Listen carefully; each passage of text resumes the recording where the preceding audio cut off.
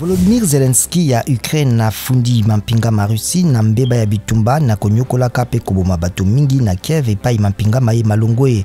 Russie bengisi bokutani ya conseil ya sécurité ya ONU pona matumuli ya bai Kiev.